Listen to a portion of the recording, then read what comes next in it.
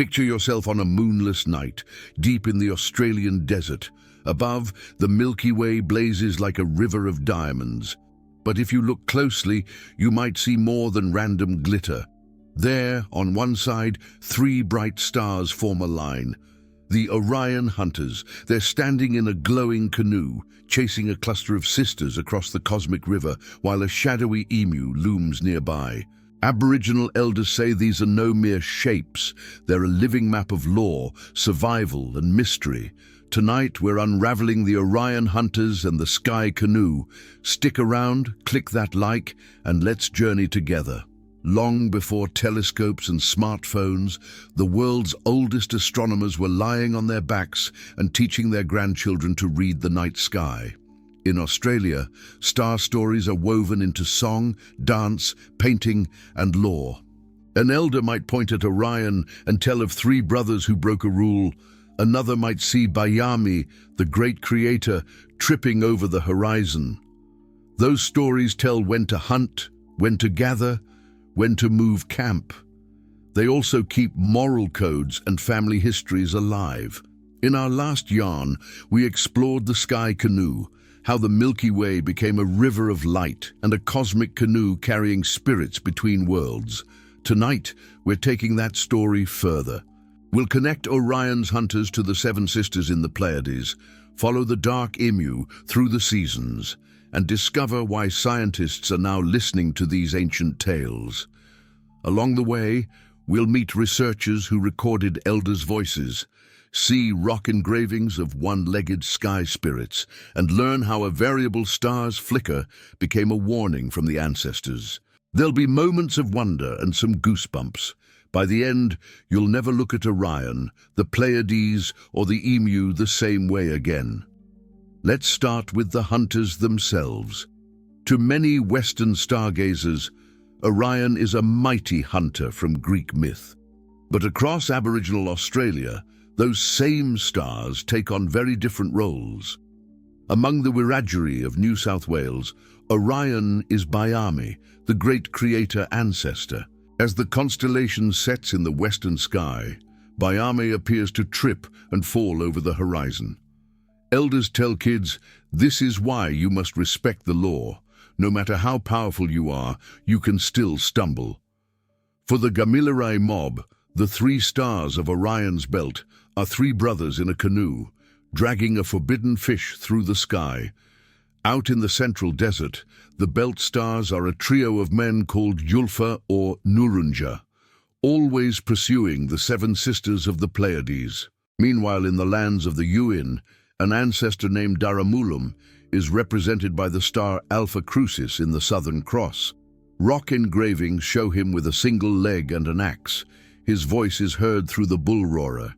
And the Kulin nation sees the bright star Altair as Bunjil, the wedge-tailed eagle who created the mountains and rivers.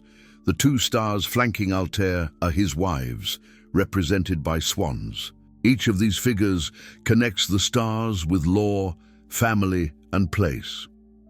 When anthropologist Daisy Bates sat with elders in the early 20th century, she recorded a story of 3 Aboriginal men camped near the Eucla Railway. One pointed to Orion and said, "Those are our brothers hunting kangaroo and emu." He explained how their positions told when the animals were fat and when certain ceremonies could begin. The belt was the canoe. Rigel and Betelgeuse were the ends.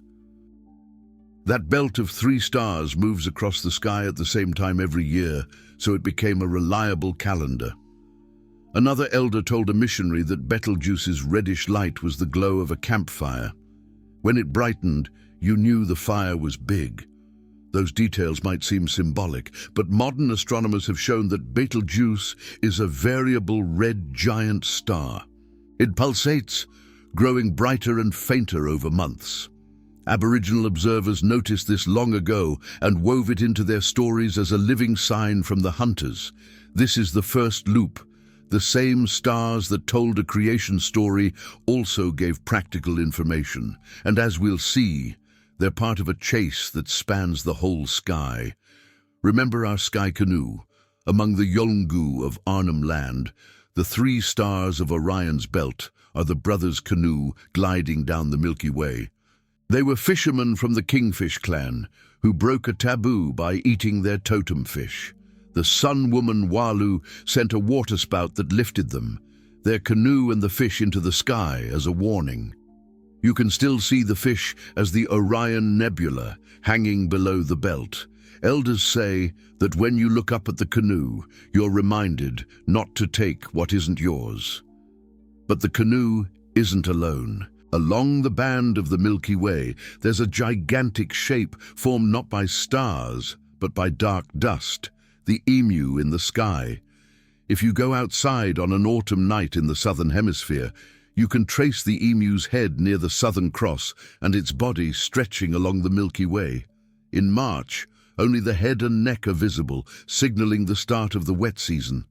By April and May, the full body appears like an emu running. Elders tell youngsters this is when female emus chase males and eggs will soon be laid. In June and July, the legs disappear and the emu seems to sit, just like a male incubating eggs. That's when you can still collect eggs without harming chicks. Later in the year, the emu tilts and transforms into an egg shape as chicks hatch. By November, the emu sinks to the horizon, its body aligning with the land to represent waterholes being full. Come summer, the emu disappears entirely, telling you that the waterholes are drying up. These observations aren't random. They're a precise seasonal calendar encoded in myth. The emu story is often paired with the canoe because they share the same river of stars. A pilot in the 1930s once got lost while flying over Central Australia, remembering a story an Aboriginal elder had told him as a boy. Follow the dark streak in the Milky Way until the Southern Cross points at the mountain. He navigated by the emu's neck and landed safely. Modern researchers like Dwayne Hamaker have documented dozens of such accounts. The emu doesn't just teach about birds, it teaches about navigation, rainfall, and respect. And when you place the canoe and the emu together, you see an even bigger picture. The hunters in the canoe are traveling along the cosmic river with the emu as their guide. But who are they chasing? That takes us to the next story. In many cultures worldwide, a small cluster of stars in Taurus called the Pleiades is known as the Seven Sisters. Ancient Greeks saw them as daughters of Atlas pursued by Orion. In Aboriginal Australia, the theme is similar but richer. Across the western and central deserts, there's a famous songline known as the Seven Sisters Dreaming. It tells of a group of ancestral women traveling across the land, dancing and creating waterholes and food plants. A man called Wati Niru becomes obsessed and chases them across the sky and earth. Each place where he nearly catches them becomes a sacred site. In some versions, the Seven Sisters are the Napaljari sisters. In others, they're called Ugarilya. The important part is the chase. The same 3 stars of Orion's belt that form the hunters or the canoe are said to be men pursuing the sisters across the night. Elders describe how the cluster's position in the sky indicates when certain foods are available or when specific ceremonies begin. One story from the Wirang people tells of the hunter Tgilby falling in love with the Seven Sisters and chasing them out of the sky down to earth. Another from the Pitjantjatjara involves the sisters escaping to the sky after being harassed. One sister hides or dies, which is why there are only 6 bright stars visible. These details vary, but the underlying message is consistent. Respect boundaries, don't pursue those who aren't yours, and pay attention to the heavens. A young art student from the city once visited a desert community and learned that the Pleiades, rising before dawn, signaled the time to dig for honey ants. She was astonished that a star cluster could tell you when to harvest food. To the elders, this was obvious. The stars and the land are one story. The connection with Orion is more than a mythic chase. It's an astronomical fact. As Earth moves around the sun, Orion and the Pleiades rise and set in tandem. When Orion's belt climbs the evening sky in late spring, the Pleiades appear ahead of it. Across the planet, Cultures have noticed this pattern and turned it into chase stories. It suggests that these narratives may be among the oldest story motifs humans share. But in Australia, they serve a practical purpose too. The Seven Sisters movement told people when it was time to travel, when certain animals would be breeding, and when ceremonies should be held. The chase across the sky becomes a timetable for life on the ground. And while we don't have a citation for every version, the theme of hunters chasing sisters ties directly into the Sky Canoe story, bridging worlds and lessons. Star stories aren't just poetic, they're precise observations. When elders describe Betelgeuse brightening and dimming, they're noting the pulsations of a red giant star. When they talk about the emu's posture changing through the year, they're reading the Milky Way as a seasonal calendar. Modern astronomers are increasingly recognizing the sophistication of this knowledge. In 2018, astrophysicists noted that Aboriginal oral traditions had recorded the variability of red giants like Betelgeuse, Aldebaran, and Antares. They pointed out that these traditions might contain centuries of observations predating Western astronomy, and in 2020, the International Astronomical Union honored this heritage by approving 4 Aboriginal star names: Lararang for a star in the ship's keel Carina, Wuran for the star Epsilon Sagittari, Jinan for a star in the Southern Cross, and Unurgunite for Sigma Canis Majoris. These names recognize stories from the Wardaman, Burong, and other groups and bring them into the global lexicon. Anthropologists like W.E. Stanbridge and Daisy Bates, who recorded stories in the 19th and early 20th centuries, often dismissed them as fanciful. Yet, as astronomer Ray Norris points out, many of these narratives encode real astronomical events. For instance, the Burong described a bright new star in the sky around 1843, which matches the great eruption of Eta Carinae, a supernova-like event. Similarly, the variable star stories of Betelgeuse align with the star's brightness cycle. When elders speak of Daramulum's voice coming from the bull roarer, they're using sound to represent a star's unseen nature. Alpha Crucis is invisible to the naked eye in some latitudes. In another story, Meraribina, the wife of the sky boss Nadi, is embodied in the red star Antares. She represents ceremonial law. Her reddish hue is a reminder of fire and life. This blending of myth, ethics, and science is what makes Aboriginal astronomy unique. There's also the recognition that many of these stories are connected across continents. Researchers have noted that Pleiades chase stories appear in Greek, Maori, Japanese, and Native American traditions. The idea of men pursuing sisters may be an incredibly ancient motif. A 2017 study speculated that the Pleiades story could be as old as 100,000 years. Whether or not that's true, the endurance of these narratives shows their power.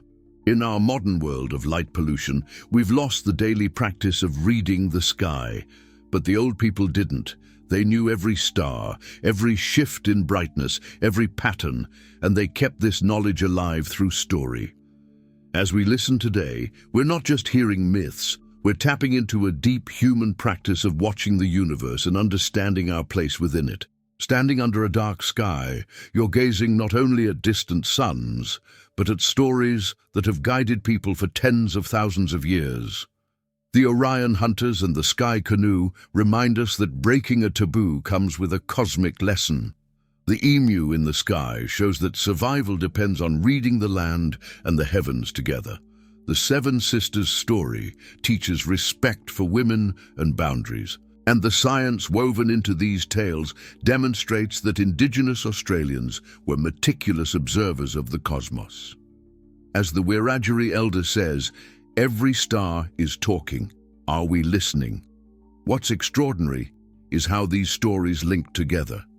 The hunters in the canoe chase the sisters across the river of stars while the emu watches. Behind them, Daramulam and Bunjil look on, and Mere Rabina glows red near Antares. This interconnected tapestry turns the entire night sky into a moving, ethical map. It's both a library and a classroom, one that kept people alive in a harsh land and passed wisdom through countless generations. Next time you look up, try to find the 3 stars of Orion's belt. Imagine them as brothers paddling a canoe. Look for the fuzzy glow of the Pleiades ahead of them. See if you can spot the dark shape of the emu stretching across the Milky Way.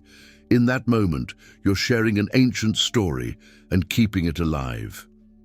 If this yarn of hunters, canoes and sky gods sparked your curiosity, smash that like button and share this video with someone who loves hidden histories. Drop a comment about your favorite constellation or a night sky memory. We'd love to hear your stories. Don't forget to subscribe to join us on more cosmic journeys. Until next time, keep looking up and keep listening.